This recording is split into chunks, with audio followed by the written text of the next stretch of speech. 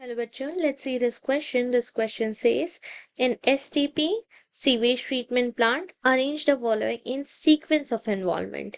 A, anaerobic sludge digester. B, large aeration tank.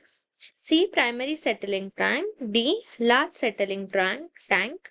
A, C, B, D, A. Option B, B, A, D, C. Option C, B, D, A, C. Option D, C, B, A, D. तो यहाँ पूछा गया है कि sewage treatment plant में किस तरीके का सीक्वेंस इन्वॉल्व है. So the key concept for this question is sewage treatment plant जहां पे सीवेज साफ हुआ जाता है, क्लीन होता है, तो इसके अंदर सीवेज ट्रीटमेंट के दो पार्ट होते हैं, एक प्राइमरी और एक सेकेंडरी.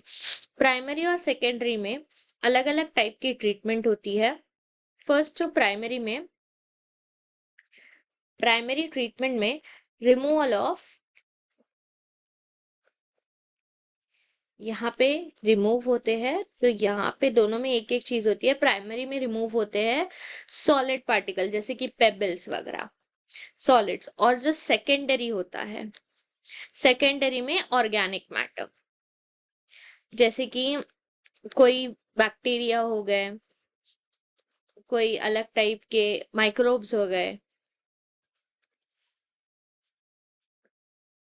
तो ऑर्गेनिक मैटर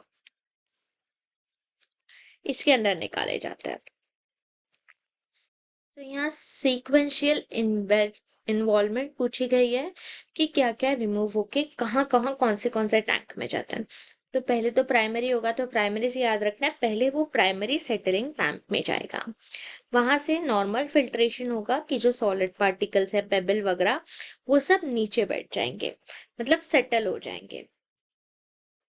प्राइमरी में क्या हो जाएंगे, ये सेटल हो जाएंगे, सॉलिड सेटल, नीचे बैठ जाते हैं, सेटल हो जाते हैं. उसके बाद ये जाता है लार्ज एरेशन टैंक में. लार्ज एरेशन टैंक में क्या होता है कि इसके अंदर से जो ऑर्गेनिक मैटर है वो क्लीन होता है. मतलब यहाँ पे ये सेकेंडरी में जा रहा है, प्राइमरी से डायरेक्टली ये सेकेंडरी में जा रहा है, और यहाँ पे क्या होता है, रिमूव ऑर्गेनिक मैटर जैसे कि माइक्रोब्स वगैरह. यहाँ पे ऑर्गेनिक मैटर रिमूव होने के बाद वापस ये जाता है एक लार्ज सेटलिंग टैंक में, जहां पे ये ऑर्गेनिक मैटर सेटल डाउन हो जाते हैं, जो माइक्रोब्स होते हैं ये सेटल डाउन हो जाते हैं सेडिमेंटेशन से. लार्ज सेटलिंग टैंक, इसे सेडिमेंटेशन टैंक भी कहते हैं, सेडिमेंटेशन. ये प्रोसेस इसीलिए होता है कि इसके बाद जो प्रोसेस होता है जिसकी वजह से क्या होता है, हमें बायोगैस मिल सकता है. लार्ज सेटलिंग टैंक के बाद ये एनाएरोबिक स्लज डाइजेस्टर में जाता है. स्लज्ड डाइजेस्टर, एनाएरोबिक स्लज डाइजेस्टर में ये जाता है. इस तरीके से इसका एक ये है, और यहां से बायोगैस बनता है. इस तरीके से इसका पूरा प्रोसेस है कि पहले सॉलिड सेटल होगा, फिर ऑर्गेनिक रिमूव होगा, फिर जो बचा हुआ कुछ माइक्रोब्स है वो नीचे सेटल डाउन हो जाते हैं, उसको फिर भेजा जाता है कहां पर, एरेशन टैंक में.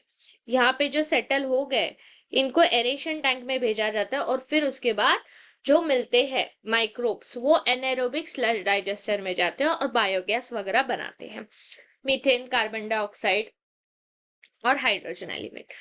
इस तरीके से तो फर्स्ट होता है प्राइमरी, सी पहले ही मार्क कर लेना. सेकंड है लार्ज एरेशन, बी. थर्ड है लार्ज सेटलिंग टैंक, डी. और फोर्थ है anaerobic sludge digester, A. Our final answer is option A, C, B, D, A. Hope you understand it well. Best of luck.